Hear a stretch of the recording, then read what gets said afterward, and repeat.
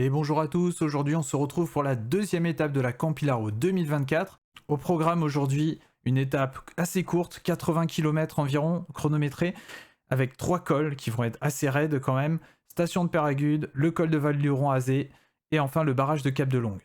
C'est une étape sur le papier très difficile, 3000 mètres de D+, en 80 km, pas vraiment de vallée ou d'endroit où se mettre dans les roues pour se reposer un petit peu.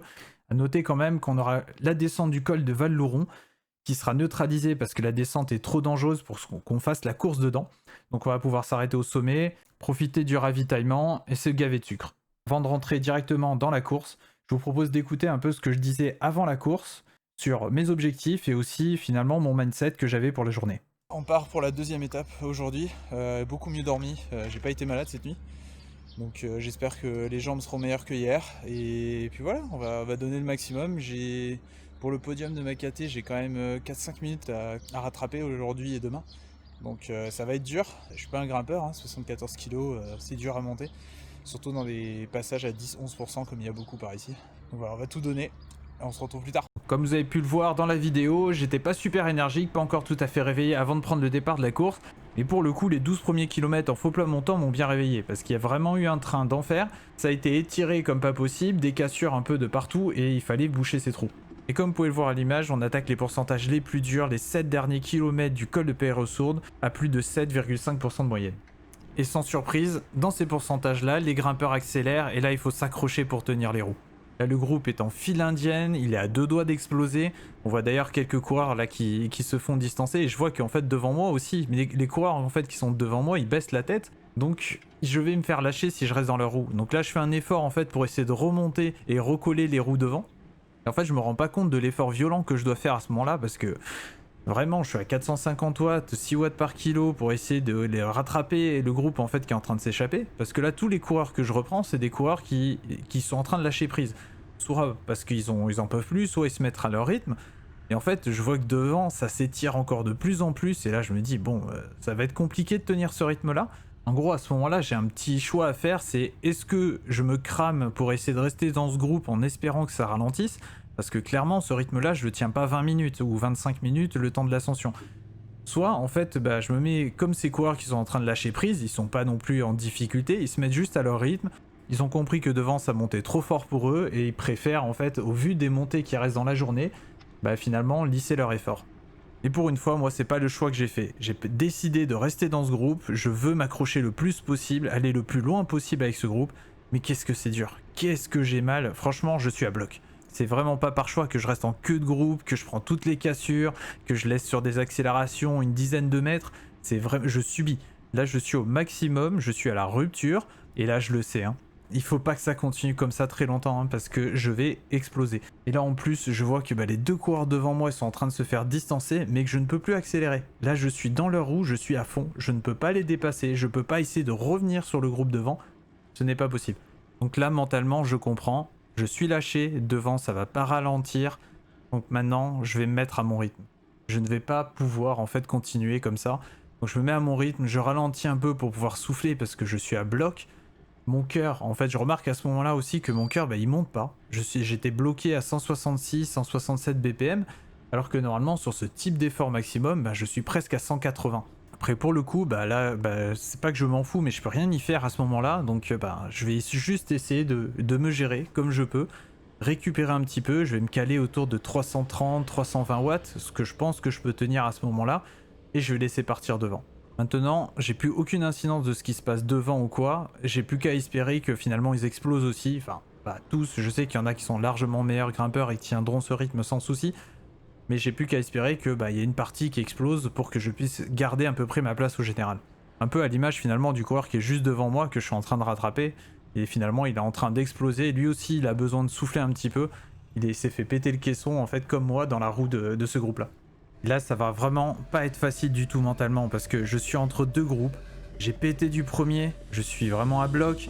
Et derrière, en fait, je vois un autre groupe de 10 personnes. Qu'est-ce que je fais? Est-ce que je dois les attendre? Est-ce que je dois continuer mon rythme? Et c'est la deuxième option que je choisis. En effet, je décide de me mettre à mon rythme, de gérer mon effort. Je vais me caler entre 300 et 350 watts et j'espère tenir jusqu'en haut. Mon but c'est de limiter un maximum les écarts au sommet, essayer de faire la descente après à fond et revenir sur le plat avant le deuxième col. Car c'était tout à fait possible que ça se regarde sur le plat comme ça a été le cas hier. Je vais continuer comme ça pendant plusieurs centaines de mètres, totalement concentré sur mon effort. Vraiment, je me retournais pas, j'étais vraiment concentré.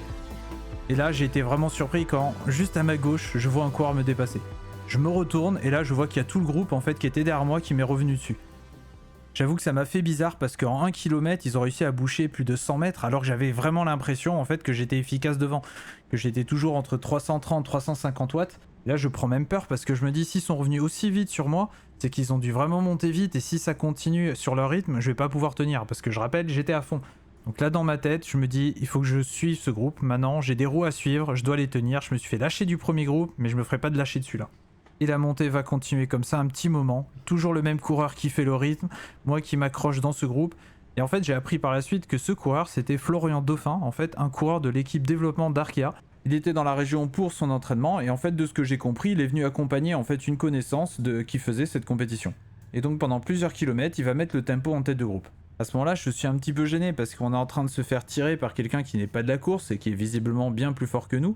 Donc c'est quand même un avantage et si jamais on revient sur le groupe de tête, ben ça peut clasher quoi. Après bon, est-ce que je dois me faire décrocher du groupe et pas profiter de ça? Bah ça serait perdre des places au général, perdre du temps, de l'énergie en fait à rouler tout seul. Donc bah je décide de rester dans ce groupe là. Après bon, on va pas se mentir, l'avantage il est surtout psychologique parce qu'aux allures auxquelles on roule, entre 14 et 16 km/h, bah l'aéro compte pas énormément. Et on se retrouve à 600 mètres du sommet du premier col et qu'est-ce que ça a été dur. Les 3-4 derniers kilomètres, j'étais presque à fond pour juste suivre les roues. La bonne nouvelle, c'est qu'on a perdu quelques personnes dans le groupe, donc c'est toujours un écrémage en vue du général. Mais la mauvaise, c'est que vraiment, ça ne va pas trop. La puissance que je sors, c'est pas du tout en phase avec les capacités que j'ai habituellement. Donc là, je commence vraiment à douter en fait de mes capacités. Comme je disais, en fait, je suis assez loin de mes performances habituelles sur cette montée. Là, maintenant qu'il y a à peu près 25-30 minutes d'effort, bah, sur mon compteur, bah, je le vois qu'il me manque 20-30 watts sur ce type d'effort. Pas plus tard que la semaine avant cette compétition, j'avais fait une compétition en Suisse, un grand fondo, où j'avais sorti des puissances bien au-delà, même dans le 4e col. Et là, à ce moment, je commence à réfléchir, je me dis qu'est-ce qui se passe? Pourquoi je suis pas en forme? La semaine dernière, j'étais en forme, même en milieu de semaine, j'étais bien, j'avais fait quelques efforts et les chiffres étaient bons. Et je commençais en fait à chercher des raisons en fait de ma contre-performance. Parce que c'est la première fois en fait que ça m'arrive en 3 ans de vélo, bah, ça m'était jamais arrivé d'arriver à une compétition et de pas être en forme. Donc je commence à réfléchir, est-ce que c'est hier j'ai mal digéré l'étape? Est-ce que je me suis assez hydraté? Est-ce que c'était ma petite maladie pendant la nuit en fait, pendant la première nuit? Donc voilà, je commence à cogiter et c'est pas bon. J'essaye tout de suite de me remettre en fait dans un mindset plus positif. J'essaye de me rassurer, de me dire que normalement mon point fort c'est aussi la durabilité, la répétabilité des efforts. Donc je me dis, si je maintiens en fait la même puissance dans les 3 cols de la journée, ça va, je vais limiter, je vais finir dans une place à peu près 10e ou 11e, un truc comme ça, mais je devrais limiter la casse et demain c'est une autre journée et je pourrais essayer de regagner du temps et peut-être quelques places au général. Après je reste réaliste, je sais que le top 3 de ma catégorie ça sera plus possible parce qu'ils sont au moins 5 ou 6 devant et que là ça fait un moment qu'on les voit plus devant, je sais qu'ils ont moins 2 à 3 minutes d'avance rien que dans ce premier col. Et on est maintenant dans les derniers mètres de ce col et c'est mon groupe accélère. Je crois que tout le monde en avait marre de ce col. Mais pour moi, là, ça fait mal. Je suis à fond, là, à 380 watts pour rester dans les roues. Même, je suis légèrement distancé. Et vraiment, ça me fait mal aux jambes. Je sens que vraiment, je n'en peux plus. Et vous voyez, mon cœur ne monte toujours pas. Je viens de faire un effort de 20-30 secondes. Et je suis toujours bloqué à 166. Donc ça, c'est un autre indicateur qu'il y a quelque chose qui ne va pas. Et malgré le fait que j'ai essayé de me remotiver, bah, j'ai toujours ce petit truc dans le coin de la tête. Mais bon, maintenant je vais essayer de me concentrer pour essayer de récupérer un maximum dans cette descente. Je sais qu'elle est très rapide, je la connais pas, je l'ai jamais faite encore. Et en fait même je suis surpris que là on est arrivé au sommet mais ça continue un petit peu de monter. On va être en prise en fait encore pendant quelques centaines de mètres, 1 kilomètre environ. Et la descente va même pas se passer vraiment comme prévu. Ça y est, après ce faux plat on se retrouve dans le début de la descente. Donc là c'est le moment de récupérer, je suis en train de m'alimenter, de boire, j'essaye de vraiment de préparer au mieux le reste de la compétition parce que la température, l'air de rien, elle commence à grimper. Et je sais que la dernière ascension, il va faire chaud. Donc là il faut que je sois le plus hydraté possible, le plus alimenté pour pas avoir de fringales plus tard ou être déshydraté. Donc comme je disais, à ce moment-là, je suis totalement dans la réflexion de ma nutrition et concentré sur comment je peux faire pour récupérer au mieux. et en fait je paye pas du tout attention à mon compteur. Et là ça va me valoir une belle frayeur. Parce qu'en fait en face je vois qu'il y a 2 coureurs qui continuent tout droit, le bénévole qui s'écarte. Donc pour moi on va tout droit. Donc je comprends pas pourquoi les coureurs là ils sont en train de freiner. Et là je me rends compte que non, en fait c'est sur la gauche. Ouf, heureusement ce coureur là il s'écarte juste pour éviter que je l'empale. Merci à lui, je suis en train de m'excuser à ce moment là parce que j'ai failli faire un accident, j'ai failli mettre au tapis tout mon groupe. Encore une fois, heureusement que les gens de mon groupe ont vite vu que je me trompais de trajectoire et que du coup ils ont réagi en conséquence, ils ont eu un bon réflexe. Donc là je suis un peu calmé pour la descente, je vais laisser une petite marge de sécurité, je vais pas faire le fou. Sachant qu'en plus, quelques kilomètres plus loin, en fait, on va rejoindre la route par laquelle on est monté. Donc on va croiser des coureurs en face qui continuent l'ascension. Et en plus, les voitures en face qui vont doubler les cyclistes. Donc on va vraiment descendre tranquillement. Parce qu'en plus, c'est une descente avec très peu de virages, mais très rapide.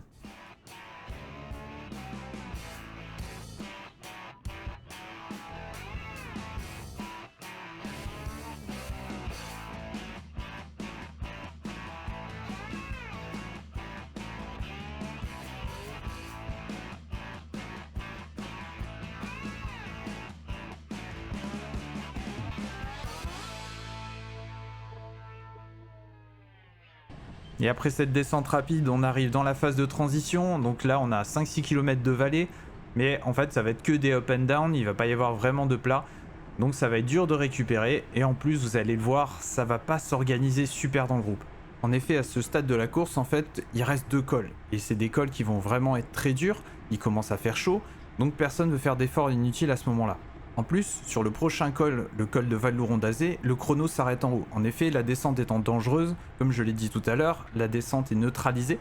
Donc ce qui fait qu'il y a un chrono en haut et tout le monde va vouloir faire le meilleur chrono dans la dernière montée, se distancer pour créer des gaps, en fait, même dans ce groupe, des gaps au général. Le chrono reprendra après au pied du Cap de Long. Mais voilà, c'est comme une arrivée au sommet. Là, c'est une petite arrivée en fait dans l'étape. Donc déjà, il y aura un gros effort déjà pour essayer de maintenir et pas prendre un petit gap en fait par rapport aux coureurs qui sont dans mon groupe.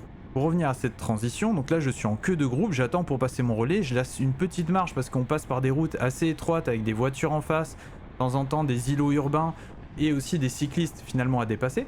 Et quand je reviens un peu dans les roues, en fait je vois que notre groupe s'est scindé en 2. Le coureur qui était derrière moi en fait le voit et dit tout de suite en fait qu'il faut accélérer, donc là on va reprendre un rythme, on va recoller. Mais voilà, c'est des petits efforts finalement qui coûtent cher. Et au final en fait cette situation va se reproduire plusieurs fois. Donc ça va être très compliqué et à un moment donné, en fait, je vais perdre un peu mes nerfs. On se retrouve juste un peu plus loin, un peu plus d'1 kilomètre plus loin, et en fait là, on a de nouveau pris une cassure, donc là je remonte en fait pour essayer de comprendre ce qui se passe, etc. Et pour passer mon relais, pour recoller en fait, parce que là, cette cassure elle part fort. Et là en gros, je suis vraiment saoulé, et le coureur en fait qui est en train de rouler aussi, parce qu'il va se retourner, et là il va dire mais vas-y passe, c'est toi qui as laissé la cassure en parlant au coureur en blanc. Moi je suis totalement agacé, donc je vais en rajouter une couche.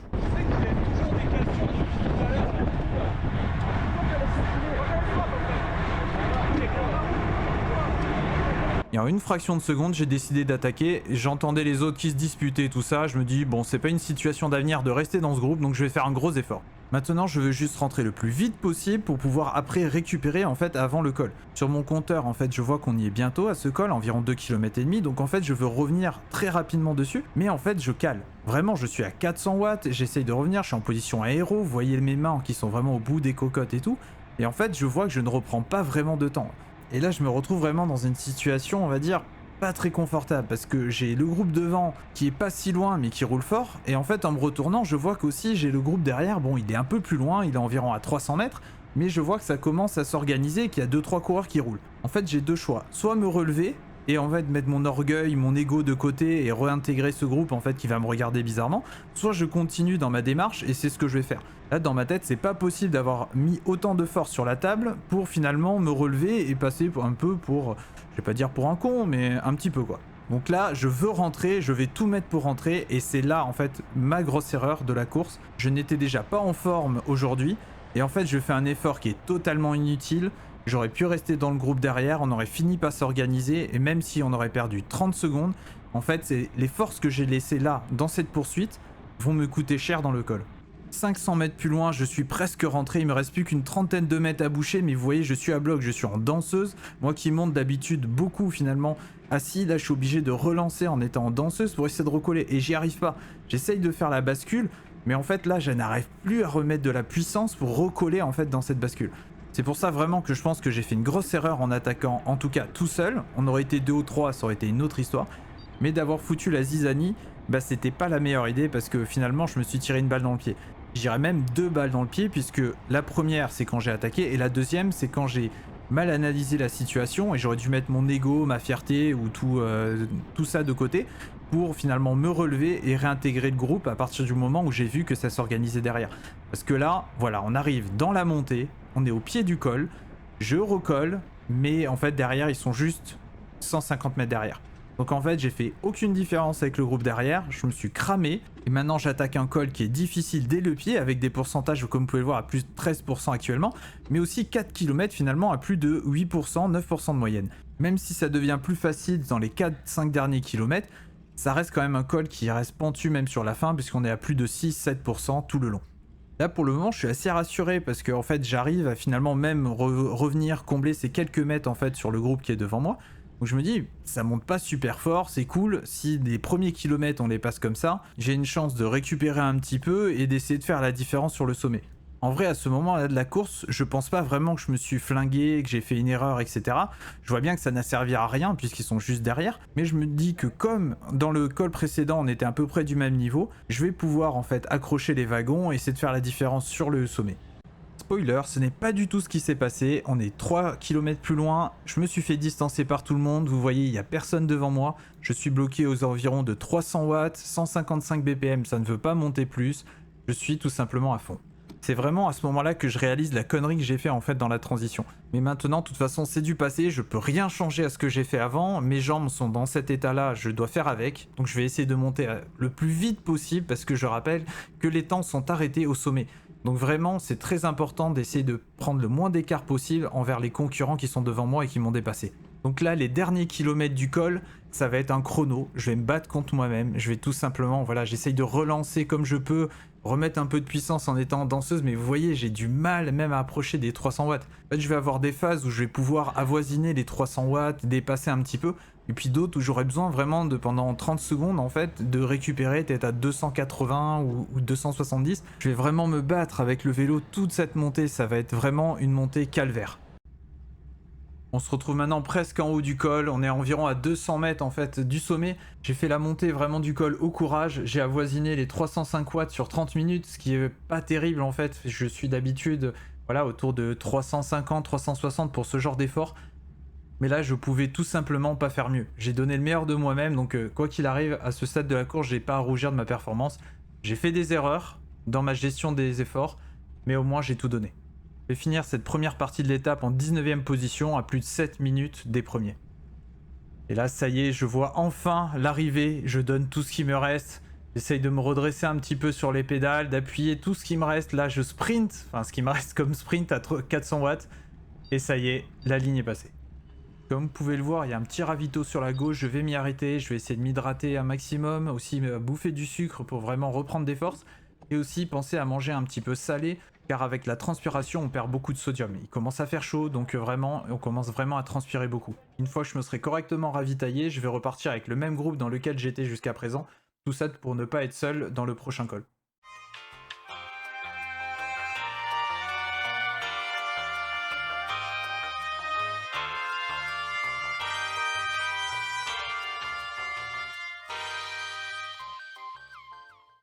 Et après une descente tranquille, on se retrouve dans le 8e kilomètre de ce col, on va attaquer la partie dure. Et cette partie dure, elle dure 13 km.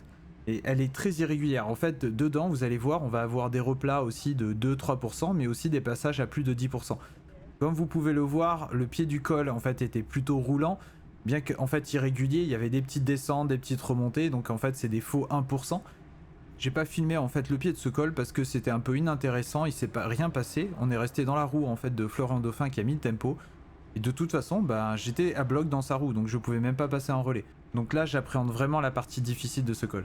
Et justement, on y est, on tourne à droite, on prend une petite route et les pourcentages vont commencer à augmenter. Et à ce moment de la course, j'ai vraiment peur. Je me dis, mais je risque totalement de péter en fait. mais je veux quand même limiter la casse. Enfin, j'ai toujours cet objectif de classement général, de faire la meilleure place possible, mais je sais très bien que bah, là, jouer un podium dans ma catégorie, déjà, bah, c'est impossible. J'ai déjà pris trop cher lors de la première partie de l'étape. Donc là, cet objectif, c'est vraiment un, pour me motiver, et deux, par orgueil. Je suis venu là, c'est pour donner le meilleur de moi-même. Ok, je suis pas à 100%, je ne sais pas pourquoi, mais voilà, il faut un objectif. Je vais pas me relever et profiter du paysage. Je suis venu là pour performer, bah, je vais tout donner. Et là, je suis un peu étonné d'ailleurs, le rythme finalement il s'est ralenti. On est arrivé dans les pourcentages voilà, à 9% actuellement, et pourtant je mets autant, voire même moins de watts que dans la partie on va dire facile de ce col. Donc là, j'observe un peu le groupe, je vois que ça discute un petit peu entre Florent Dauphin et certainement son ami. Et bah, je vais décider en fait finalement d'aller imprimer en fait le rythme devant. Mon but c'est pas du tout de les lâcher ni quoi que ce soit, hein. C'est vraiment juste, bah, je vois on va pas très vite, donc du coup je décide d'accélérer, de remettre 10-15 watts et quitte à prendre la tête de groupe. Je rappelle que pour moi c'est vraiment de limiter la casse au général mon objectif. Alors oui, mettre le tempo finalement bah, ça va profiter à mes adversaires dans le groupe, mais en fait à ma surprise totale, bah, en fait ils prennent pas du tout ma roue, et en fait je vais m'échapper finalement sans attaquer. Alors ils vont rester longtemps finalement à 100-150 mètres, mais vraiment en fait ils vont pas essayer de revenir sur moi ou quoi, il y a juste un moment plus tard dans la montée, ils vont revenir pas très loin de moi, avant qu'ils soient totalement distancés et que je ne les vois plus. Donc en fait, je suis parti maintenant pour les 13 km en solitaire, et dire que j'ai attendu en fait un groupe en haut au ravitaillement, juste pour avoir en fait finalement quelqu'un bah, qui me tire, que je me batte en fait à essayer de suivre quelqu'un. Alors, je rappelle qu'ils étaient plus forts que moi, ils m'ont battu lors du précédent col. J'ai été lâché par ces mêmes coureurs. Donc en fait, je me disais, bah, ils vont quand même, je vais essayer de m'accrocher, ils vont me tirer vers le haut, mais au final, bah, je me retrouve devant, et c'est moi qui dois mettre le tempo. Mais bon, c'est comme ça, maintenant je peux plus rien y faire. Maintenant, ce qui me reste, c'est faire un chrono jusqu'au sommet, de tout donner et de faire le meilleur temps possible. Et là, ma stratégie, en fait, ça va être de me caler à 280 watts environ et d'essayer d'accélérer au fur et à mesure du col.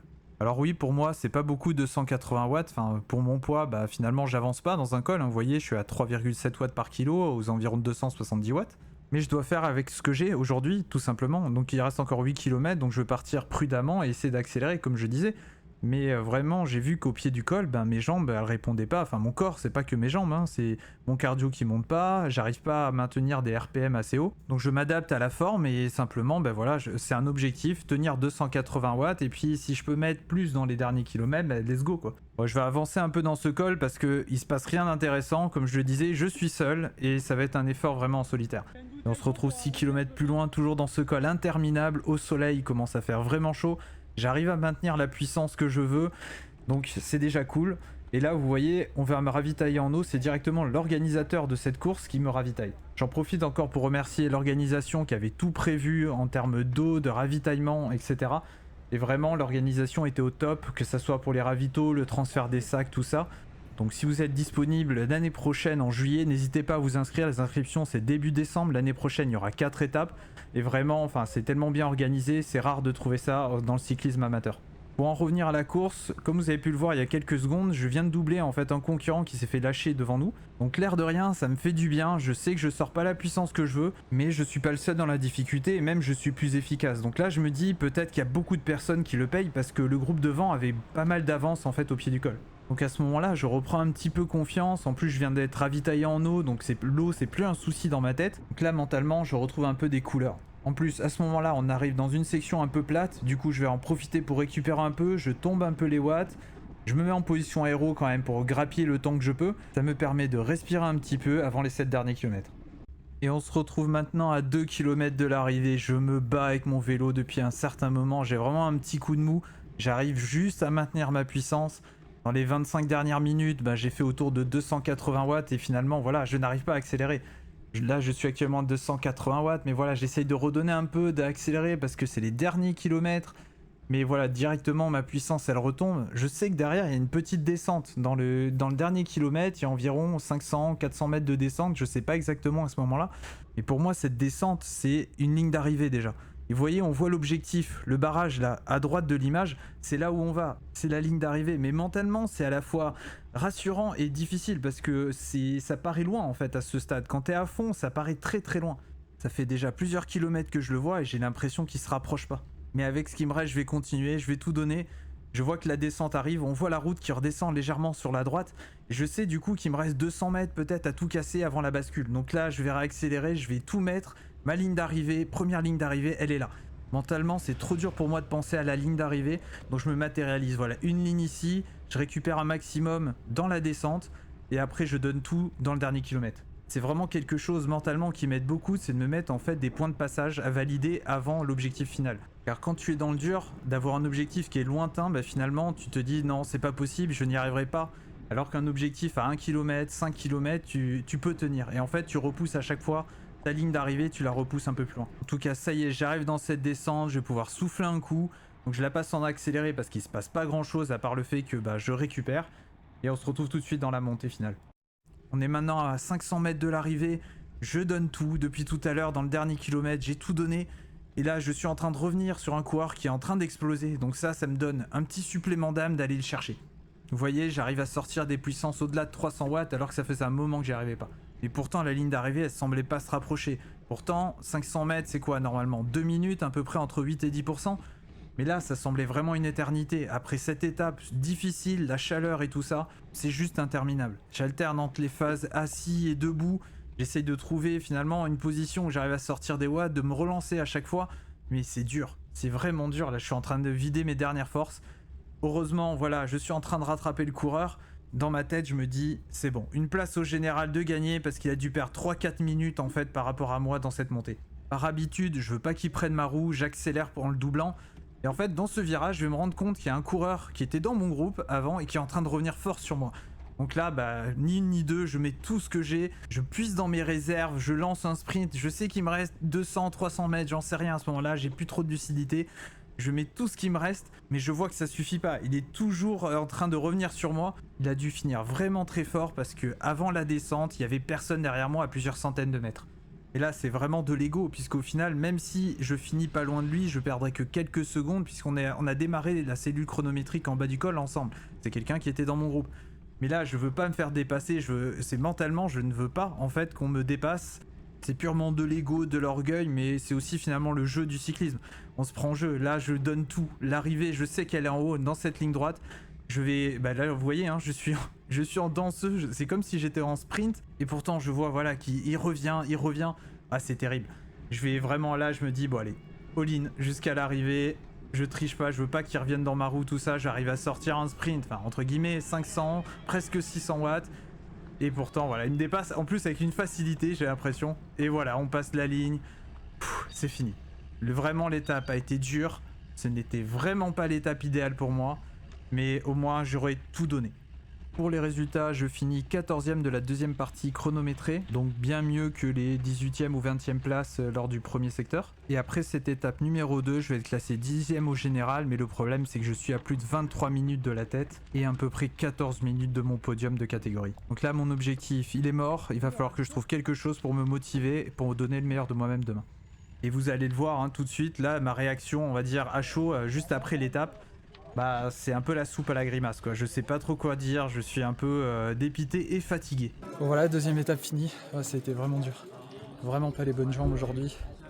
Je sais plus combien je finis de l'étape, genre 14e ou un truc comme ça, je perds beaucoup de temps par rapport au podium de ma KT. Donc demain, j'ai pas trop d'objectifs pour demain, juste donner le meilleur de moi-même. Bon là on va profiter un peu de la vue. Déjà profiter du ravito, là je vais redescendre et repos l'après-midi. Merci d'avoir regardé cette vidéo jusqu'au bout. Si vous avez aimé cette vidéo, n'hésitez pas à liker et à vous abonner, c'est important pour soutenir la chaîne et aussi comme ça vous êtes prévenus en cas de nouvelles vidéos. Sur ce, je vous dis à bientôt pour la troisième et dernière étape de cette Campilaro 2024.